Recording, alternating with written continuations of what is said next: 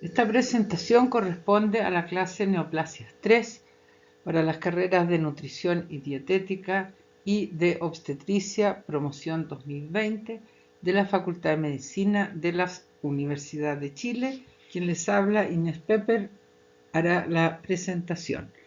Haremos en esta ocasión reflexiones en torno a la carcinogénesis, vale decir, a cómo surge, cuál es la etiología del cáncer del cual hemos hablado en las dos clases anteriores.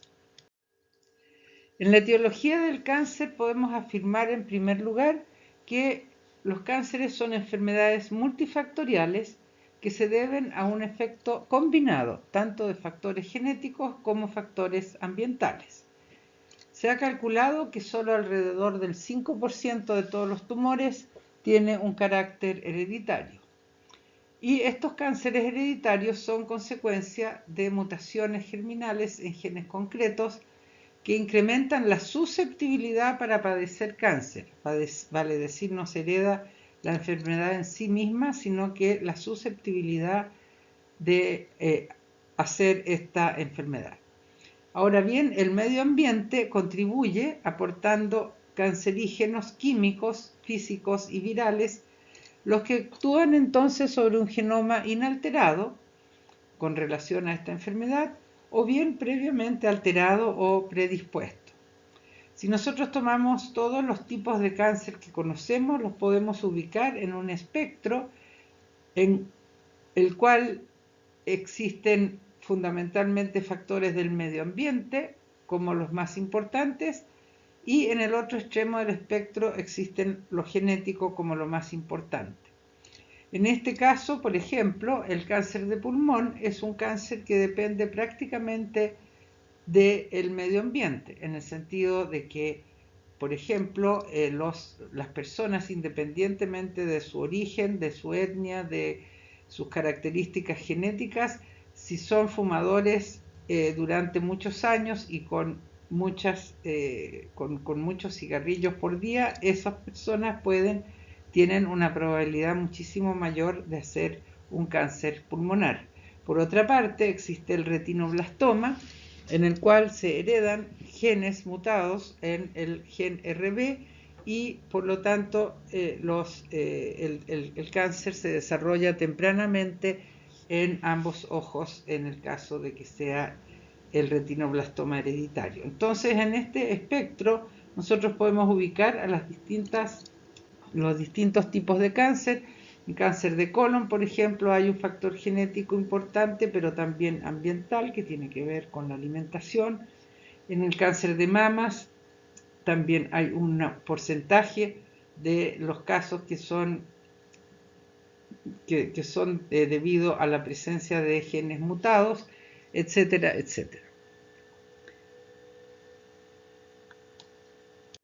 Como hemos dicho en clases anteriores, los distintos tipos de cáncer afectan a cualquier tejido de nuestro organismo. Sin embargo, en el planeta Tierra existe una distribución de cánceres en cuanto al número de casos y cada uno de ellos tiene una determinada etiología que incluye factores genéticos y factores ambientales.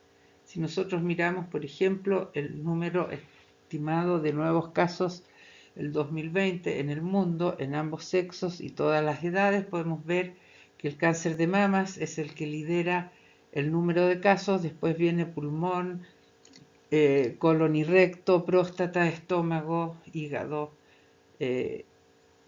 cáncer cervicuterino, etc. Y en cada uno de estos tipos de cáncer existe una etiología particular. En esta clase hablaremos de la etiología del cáncer en general, citando solamente algunos ejemplos en algunos casos. ¿Cómo se estudia la carcinogénesis? El primer enfoque es un enfoque epidemiológico donde se averigua la incidencia y la mortalidad por cáncer en la población mundial. Por ejemplo, en este mapa les muestro el cáncer de mama, la distribución que tienen los casos en el planeta, siendo los países con colores más oscuros los que tienen una mayor incidencia y mortalidad. Una vez tomado en cuenta este hecho, se hacen estudios también de mellizos, de inmigrantes y de otros métodos epidemiológicos para llegar a sospechar de condiciones o sustancias que podrían ser eventualmente carcinogénicas. Y esas sustancias se aplican entonces a animales experimentales o a cultivos de tejido y se ve si estos animalitos desarrollan o no un cáncer, como se ve en el dibujo de ese ratón blanco que presenta un tumor en su costado. Y una vez que se ha obtenido la replicación del cáncer en un animal experimental, se le puede dar el nombre de carcinógeno a esa sustancia. El primer caso que se reporta en las revistas científicas es el caso de Sir Percival Pott, que describió que los desollinadores, las personas que habían sido desollinadoras cuando pequeños, o sea que limpiaban las chimeneas en los años 1700 y tanto, desarrollaban con mayor frecuencia que la población general, desarrollaban cáncer de escroto. Esto lo publicó Sir Percival Pott y posteriormente un investigador japonés tomó esta idea y pinceló productos derivados del alquitrán y del carbón en la oreja de unos conejos y logró desarrollar un cáncer en la oreja del conejo. Entonces, este fue, digamos, el experimento típico donde se aplica este método que les estoy mostrando en este diapositivo. A raíz entonces de estos estudios se ha podido ver cuáles son los principales agentes carcinogénicos para el hombre. Entre ellos tenemos agentes químicos, físicos, biológicos y hormonales. Entre los químicos, los más importantes son los hidrocarburos policíclicos, que se encuentran presentes en la contaminación ambiental, en la combustión del carbón, en la combustión de productos orgánicos como el tabaco. Entre ellos tenemos el dimetilbensantraceno, el benzopireno y el metilcolantreno. Los tres son carcinógenos muy potentes, tanto en el animal experimental como en el ser humano. También están las aminas aromáticas, agentes alquilantes y algunos productos naturales como la aflatoxina B1, la cicacina y el safrón. Todas estas sustancias aplicadas en el animal experimental reproducen cánceres y se han visto que están presentes en diversos alimentos y en diversos elementos que rodean al ser humano. En cuanto a los agentes físicos, tenemos las radiaciones ionizantes, especialmente la radiación X, y muy importante la radiación ultravioleta que proviene del Sol. De manera que es bastante peligroso tomar sol en exceso, puesto que estas radiaciones pueden producir mutaciones a nivel de las células de la piel. También tenemos agentes biológicos como algunos virus DNA, especialmente el virus papiloma humano, el virus Epstein-Barr y el virus de la hepatitis B y C, que son carcinogénicos en el ser humano. En cuanto al virus RNA, tenemos al virus HTLV y en cuanto a bacterias, solamente se ha descrito una acción de Helicobacter pylori en cuanto a ser un promotor de otros carcinógenos químicos en el cáncer de estómago o cáncer gástrico. Las hormonas en el ser humano cumplen solamente un rol promotor, vale decir, facilitan la acción del carcinógeno o más bien dicho, facilitan la proliferación de células que han sido afectadas por carcinógenos. Entre ellas tenemos hormonas gonadales y hormonas hipofisiarias. En el ratón y la rata, las hormonas per se tienen un rol carcinogénico. Entonces, entre los factores ambientales y el cáncer podemos definir que el factor más, o los dos factores más importantes y de mayor incidencia en el cáncer humano son el tabaco y la dieta, tal como se ve en este esquema. Además están los aditivos de las comidas, el comportamiento reproductivo y sexual, aquí de color verde oscuro, la ocupación, la polución, la medicina y procedimientos médicos, factores geofísicos, por ejemplo, la cantidad de sol a que se ven expuestas las personas, infecciones y factores desconocidos. Es bien importante que ustedes analicen este gráfico porque da cuenta de los factores de riesgo a los que estamos sometidos los seres humanos y cómo se relacionan estos con la polución ambiental y otros riesgos que están en nuestro medio ambiente. También se ha descrito una serie de medicamentos que modifican el riesgo de padecer cáncer. Entre ellos tenemos los anticonceptivos orales que reducen el riesgo de cáncer ovárico y endometrial y aumentan el riesgo de cáncer de mama. La terapia hormonal posmenopáusica aumenta el riesgo de cáncer de mama y endometrio y reduce el riesgo de cáncer de colon. El dietilvestrol es una sustancia que aumenta el riesgo de cáncer vaginal y lo que es muy peligroso, este medicamento se tomaba antes para evitar las pérdidas en mujeres embarazadas y las hijas de estas mujeres sufrían entonces este tipo de cáncer. Drogas antiinflamatorias no esteroidales reducen el riesgo de cáncer colorectal y el tamoxifen, que es un medicamento que toman las personas que han sufrido cáncer de mama, aumenta el riesgo de cáncer de endometrio. Entonces, ojo con los medicamentos, hay que tener mucha precaución. Entonces, volvamos en el estudio de la carcinogénesis para profundizar un poco más en el enfoque epidemiológico. Aquí en estas figuras vemos los casos de melanoma atribuibles a luz ultravioleta. Ustedes ven que en el mundo hay una distribución en países de Norteamérica, Australia y países europeos como los países más afectados por este tipo de cáncer. Y esto tiene que ver también con el color de la piel de las personas que habitan estos distintos países. Las personas más rubias, y especialmente las personas de colorinas, son más susceptibles a tener cáncer de piel debido a la luz ultravioleta por razones obvias.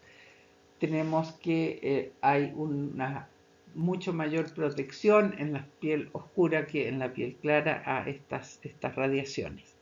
Y en el otro esquema vemos el porcentaje de casos de melanoma entre mujeres y hombres atribuibles a la luz ultravioleta en grupos de edad.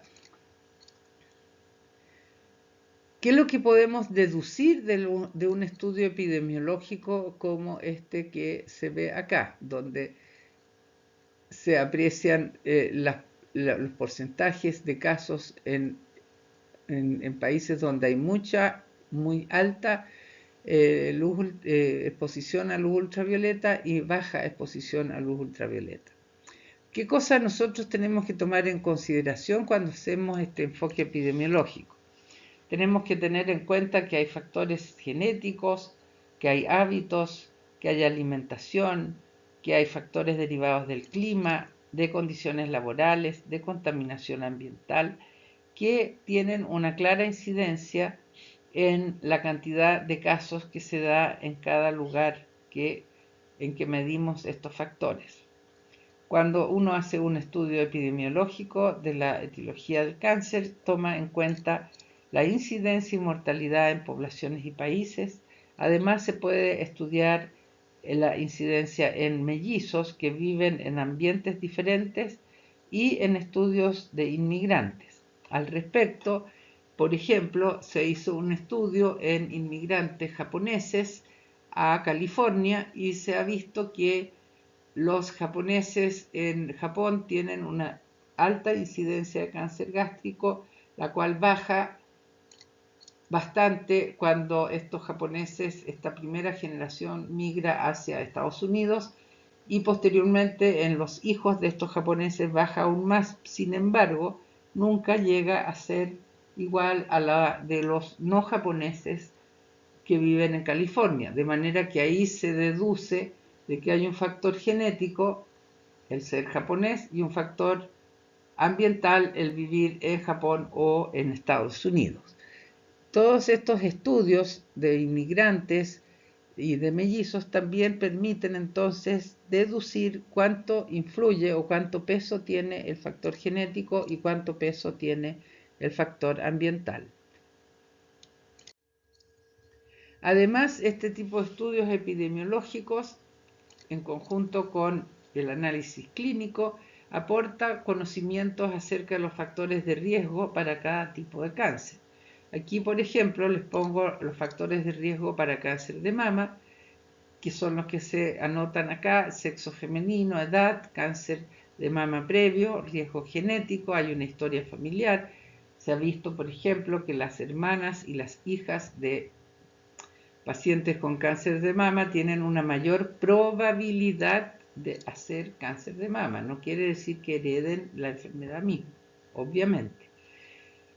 Hay la herencia de un gen de susceptibilidad, que son básicamente los genes BRCA1 y 2, la presencia de una alteración como la hiperplasia atípica, la presencia de carcinoma lobulillar in situ, mamas densas en las mamografías, exposición a estrógeno y progesterona, que se da con mayor frecuencia el cáncer de mamas cuando en mujeres que han tenido menarquia precoz y menopausia tardía, en mujeres que han tenido el primer hijo después de los 35 años, en mujeres nulíparas y en mujeres que han tenido reemplazo hormonal después de la menopausia.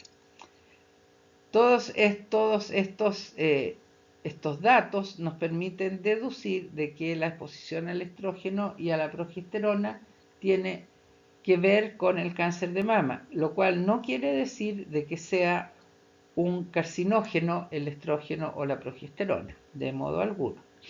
La obesidad también tiene que ver con esta enfermedad y el alcohol. Entonces hay un factor protector como el ejercicio físico regular. Esto, más que ir al detalle mismo, lo que les quiero mostrar es que el estudio epidemiológico y el estudio clínico permite sacar conclusiones que nos ayudan a prevenir esta enfermedad, o bien a diagnosticarla precozmente, a tener siempre la sospecha de que podría eventualmente ocurrir. Todos estos son factores de riesgo, no hay que confundirse. Los factores de riesgo son factores que hacen más probable que se desarrolle la enfermedad, pero no son agentes etiológicos per se. La incidencia de cáncer en la población mundial. Si vemos esta tabla, vemos, por ejemplo, que en el cáncer de estómago, Japón y Chile lideran a los países de alta incidencia. Y uno podría preguntarse, ¿qué tienen en común los japoneses y los chilenos en cuanto a su alimentación, que a lo mejor tiene que ver con el cáncer de estómago? Y ahí uno empieza a investigar y ver qué sustancias consumen ambos tipos de poblaciones y cuáles podrían ser las responsables de este tipo de cáncer. Entonces, el estudio de la etiología del cáncer es un estudio casi detectivesco, en el sentido de que uno tiene que ir buscando qué podría ser el responsable de la mayor incidencia de esta enfermedad en determinados lugares, en determinadas costumbres, etc. Trabajo muy interesante, por lo demás. Bien, ¿cómo se produce desde un punto de vista ya más concreto la relación entre genes y medio ambiente en la carcinogénesis? La exposición al medio ambiente, a factores del medio ambiente, puede producir mutaciones en genes relacionados con el cáncer, lo que conduce a una alteración de las vías regulatorias que mantienen la estabilidad genética y que dan cuenta del comportamiento social de sus células. Entonces, en este medio ambiente vamos a tener elementos que nos rodean, como elementos químicos, virales, radiaciones y agentes físicos, y tenemos también elementos en el microambiente, como los radicales libres o radicales del oxígeno, el óxido nítrico, hormonas, factores de crecimiento. Ambos tipos de factores ambientales van a intervenir o van a interactuar con genes, ya sean genes cuidadores, como aquellos genes que se preocupan de reparar el DNA y que están relacionados con el metabolismo de los carcinógenos, y genes guardianes que tienen que ver con el control del ciclo proliferativo, tienen que ver con la apoptosis, entre otros. Entonces, la interacción de estos factores ambientales con los genes van a conducir a alteraciones de dichos genes que a su vez conducen al cáncer, y como vimos en la clase anterior, estos genes están relacionados con la proliferación celular, la diferenciación celular y la muerte celular. Evidentemente, en esta interacción entre factores ambientales y factores genéticos hay una variación interindividual importante. Entonces, en la carcinogénesis podemos describir varias etapas, es un proceso en múltiples etapas, y podemos hablar de iniciación, promoción, conversión maligna y progresión. En este dibujo se aprecia un ser humano, ¿no es cierto?, que es sometido a factores del medio ambiente, tales como elementos químicos, radiaciones, virus, que pueden desactivarse o no, y pueden activarse. Si se activan y interactúan con el núcleo de una célula, en genes que correspondan a la regulación de la proliferación, diferenciación y muerte celulares, entonces van a producir un cambio genético que va a dar por iniciado el proceso, y esa célula se denomina una célula iniciada. Esta célula sufre una expansión clonal selectiva que la lleva a constituir un grupito de células que vamos a llamar lesión preneoplásica, que puede ser entonces una pequeña colonia de células que ya tiene un cambio genético. A este cambio genético se le puede unir un segundo cambio genético que nos lleva a la constitución de una pequeña colonia de células malignas. Y esta a su vez sufre un nuevo cambio genético que nos lleva al cáncer clínico y posteriormente a la metástasis. Este concepto ya lo vimos en la clase anterior, donde hablamos de que el cáncer surge de múltiples cambios genéticos que van sufriendo las células y constituyendo clones que tienen alteraciones en los genes. Entonces, como se dice acá, hay activación de protoncogenes, hay inactivación de genes supresores y hay inactivación de genes que le dan estabilidad al genoma. Por otra parte, todo esto va a significar que hay un defecto en la diferenciación terminal, hay defectos en el control del crecimiento, hay resistencia a la citotoxicidad por parte de células del sistema inmune y hay defectos en la muerte celular programada. Todos estos conceptos ya los habíamos analizado y podemos entonces aplicarlos al proceso de carcinogénesis. Veamos con más detalle la carcinogénesis química. Hay cerca de 200 compuestos químicos que son comprobadamente carcinogénicos. La carcinogénesis química requiere de una exposición crónica, seguida de un periodo de tiempo bastante largo, durante la cual se producen la serie de eventos que involucran daño al DNA y alteraciones en la expresión génica, que es lo que vimos en la diapositiva anterior. La gran mayoría requiere de activación metabólica para actuar como carcinógenos, o sea, los carcinógenos químicos están como precarcinógenos en el medio ambiente y son nuestras células las que activan a dichas sustancias con enzimas que metabolizan xenobióticos tales como la monooxigenasa, la glutatión S-transferasa y la sulfotransferasa dependiente del citocromo P450. Todas estas enzimas se dedican a detoxificar las células y al hacerlo pueden generar sustancias electrofílicas que se van a unir al DNA alterando entonces los genes de los cuales hemos hablado. Los carcinógenos humanos actúan a través de mecanismos genotóxicos y no genotóxicos y su unión al DNA e inducción de mutaciones en genes susceptibles a cáncer, y aquí se nombra alguno, el TP53 y el KRAS, son responsables de la iniciación en la mayoría de los casos de carcinogénesis química. Y veamos cuáles son sus fórmulas principales. En esta tabla se muestran los principales agentes químicos que producen cáncer y si ustedes la miran a grandes rasgos pueden ver que hay sustancias, compuestos aromáticos, hay compuestos alifáticos y su estructura puede ser bastante diferente. Hay algunos que son extremadamente complejos y con muchos anillos o con muchos átomos y otros que son más bien sencillos. Sin embargo, lo que une a todos esta gran diversidad de compuestos es el hecho de que cuando ingresan a la célula y son sometidos a la acción de estas enzimas que hemos nombrado, se generan compuestos electrofílicos. ¿Qué quiere decir esto? Quiere decir que son compuestos químicos que tienen afinidad por unirse a los ácidos nucleicos, porque son ávidos de electrones, ávidos de compuestos positivos.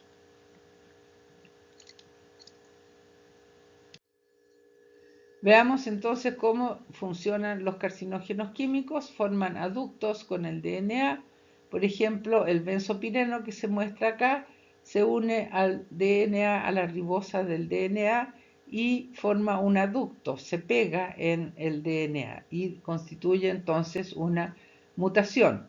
Como vemos en la otra parte de este diapositivo, la presencia de este carcinógeno, de esta mutación, puede significar entonces, o significa que se transcribe un RNA que también tiene dicha mutación, y esto puede conducir a varias alternativas. Una es que no se produzca la proteína correspondiente. Otra es que se produzca mucha de esta proteína, mucho más que lo normal. Otra posibilidad es que se sintetice una proteína más corta. Otra posibilidad es que se sintetice la proteína con la mutación, vale decir, con un cambio en un aminoácido. Y la otra posibilidad es que se sintetice la proteína normal. Ahora bien, cuando cualquiera de estas posibilidades puede de alguna manera conducir a que la célula se altere y presente una ventaja en cuanto a al índice proliferativo que va a presentar en el futuro y por lo tanto puede conducir a un cáncer.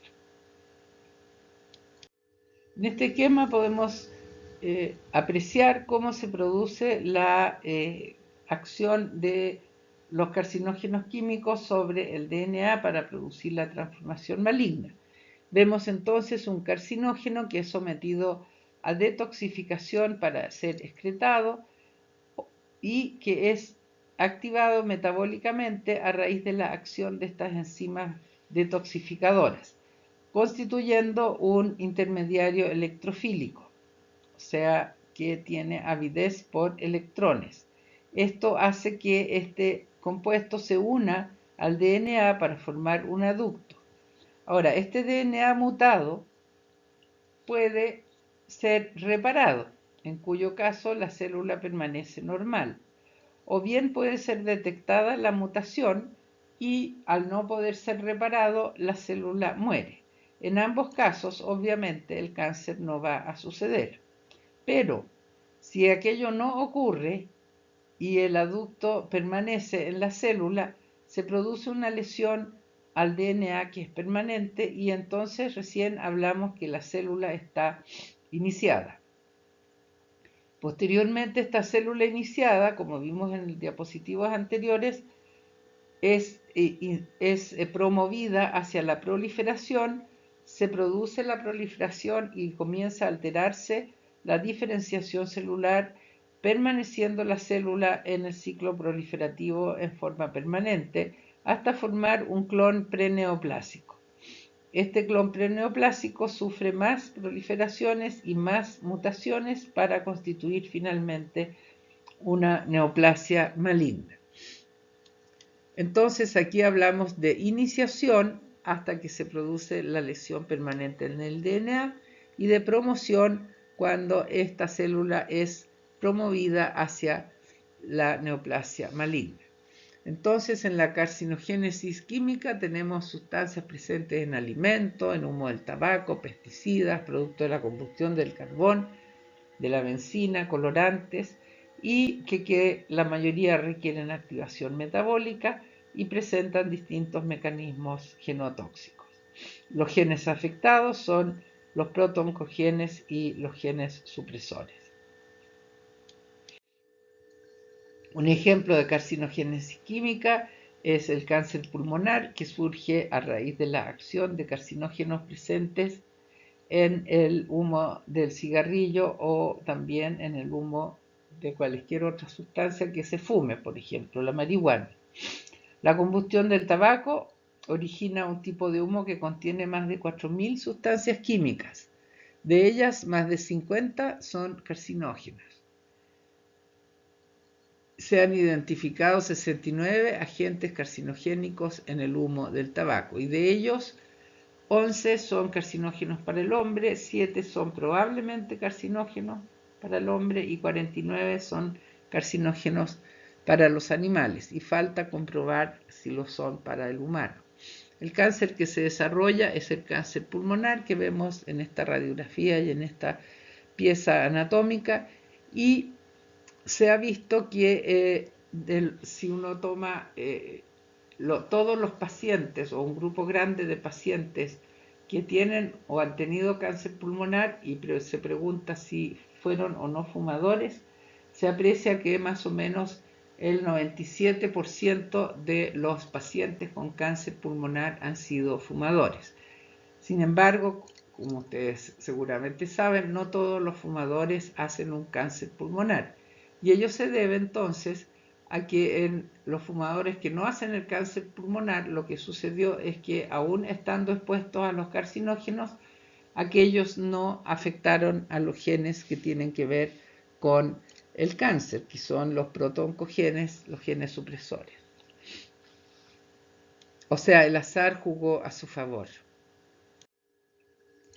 Otros agentes carcinogénicos son los agentes físicos, y ahí tenemos la radiación ultravioleta, las radiaciones ionizantes, que se relacionan principalmente con cáncer de piel y leucemias. Y aquí se muestra también la exposición a las radiaciones ionizantes y la influencia que tienen en el cáncer humano. ¿Cómo produce mutaciones la radiación ultravioleta? La produce formando dímeros de pirimidinas en el DNA, lo cual constituye una mutación que si afecta a los genes ya nombrados puede conducir a la formación de un cáncer, especialmente en la piel. Las radiaciones ionizantes, por otra parte, ionizan el agua, generan radicales libres y alteran macromoléculas como el DNA. Tenemos también los agentes carcinogénicos biológicos, y ya hemos nombrado los virus DNA. El virus de la hepatitis B produce cáncer hepatocelular, el virus Epstein-Barr está relacionado con el linfoma de Burkitt y el virus papiloma humano está relacionado con el cáncer cérvico-uterino. Entre los virus RNA tenemos el HTLV, que es responsable de la leucemia y linfomas de células T. Es el único virus RNA que se ha demostrado como responsable de cáncer en el ser humano.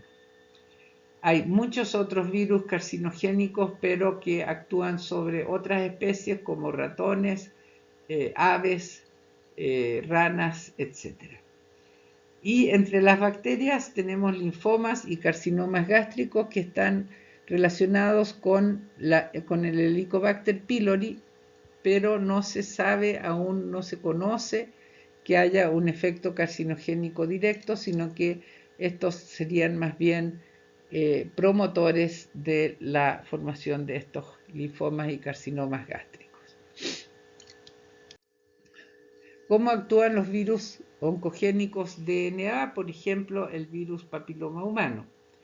El virus papiloma humano es un virus circular que cuando se va a integrar al DNA del afectado, se tiene que romper para constituir un virus que se pueda insertar en el DNA de la célula. Entonces, al integrarse, muchas veces se rompe en el sitio entre E1 y E2, lo cual va a significar que se deje de reprimir la transcripción de los genes E6 y E7 del virus. Por lo tanto, cuando el virus está inserto en el DNA celular, se van a expresar los productos de los genes E6 y E7 que van a tener una importancia en la carcinogénesis por este virus. ¿Y por qué es esto? Porque las proteínas codificadas por los genes E6 y E7 degradan a la proteína P53, que es la proteína que da cuenta de la apoptosis de las células que tienen problemas en su DNA. Por otra parte, el E7 inhibe a la proteína P21, que inhibe la proliferación celular a través de la inhibición de la ciclina D-CDK4. Y por otra parte, el E7, el producto del E7 se une a la proteína RB, eliminando la restricción de la proliferación que ejerce esta proteína. Entonces, lo que hacen los productos de este virus es impedir que la célula detenga su ciclo proliferativo para llevarla a la apoptosis o para diferenciarse o para repararse. Entonces, la célula sigue proliferando sin control alguno y puede constituir una neoplasia maligna. Aquí vemos las proporciones de casos de cáncer debido a agentes infecciosos, esto desde el año 2018, y ustedes pueden apreciar la influencia que tiene el Helicobacter pylori en color verde, el papilomavirus, que es el responsable del cáncer cervicuterino, el virus B de la hepatitis, que es responsable del cáncer hepatocelular, lo mismo que el virus C, y otros agentes. En la región de América que nos concierne, se ve entonces que hay una influencia fundamentalmente por Helicobacter pylori y papiloma humano. En resumen, entonces, en la génesis del cáncer intervienen factores genéticos predisponentes, factores ambientales, químicos, físicos o virales y el azar. Entonces, todas estas exposiciones que dañan al DNA están modulados por factores genéticos, por la dieta, por el sistema inmune, pueden conducir a mutaciones en las células troncales, especialmente en lo que se refiere a los carcinomas, y aquí influye el azar en el sentido de que los genes que mutan tienen que ser genes relacionados con la proliferación, diferenciación y muerte celular para constituir finalmente un cáncer. Entonces, volviendo al mismo esquema con el que partimos, podemos decir que cada tipo de cáncer en cada individuo tiene un componente genético y un componente ambiental determinado en cuanto a su etiología y desarrollo.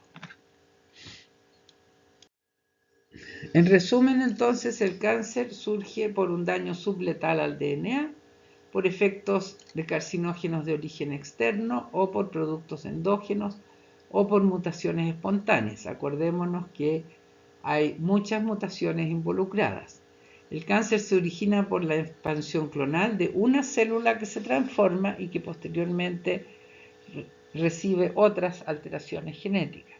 La carcinogénesis es un proceso en múltiples etapas y los genes afectados están involucrados en la regulación del comportamiento social de las células en los tejidos. Aquí se resume todo lo que hemos hablado. No lo voy a leer porque ustedes al hacerlo van a llegar a sus propias conclusiones y lo van a aprender. Y con esto hemos terminado. Agradezco su atención